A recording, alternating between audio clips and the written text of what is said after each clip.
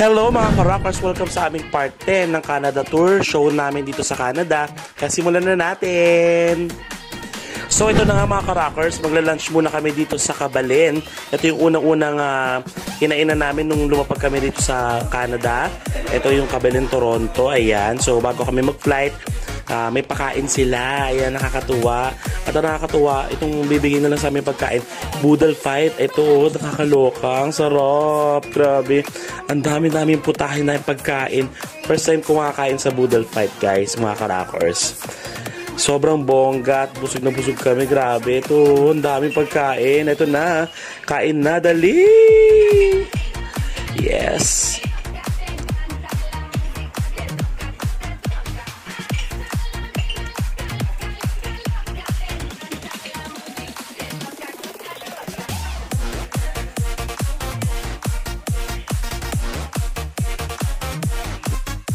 Ayan, nice namin magpasalamat sa Cabalén, Toronto. Ayan, sa pag-asikaso nila sa amin at pagpapakain. Thank you so much po. A few minutes later. So, ito na nga mga rockers. Dito na kami sa Toronto Pearson International Airport. Ayan, para naman sa flight namin papuntang Winnipeg. Ayan, let's get run dali. Naku, medyo mahaba mga biyahe ito mga ka-rockers. At ang laki-laki ng airport nila. Nakakalula. Ayan, so alam mo, pag ikaw lang mag-isa dito, sa tanong ka ng tanong, maliligaw ka. Sobrang laki. Ikot kami na ikot, lakad doon, lakad dito, ganon. Ayan o.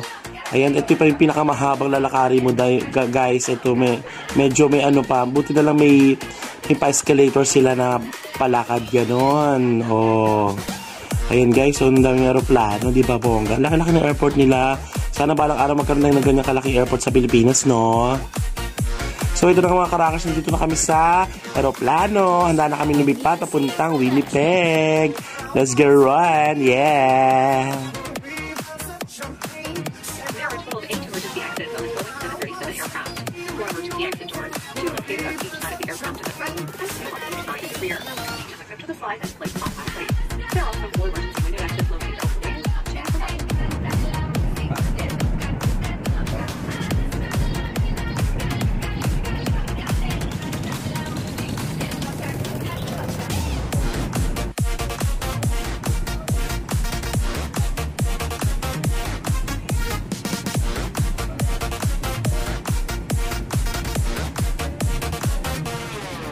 A few inches later.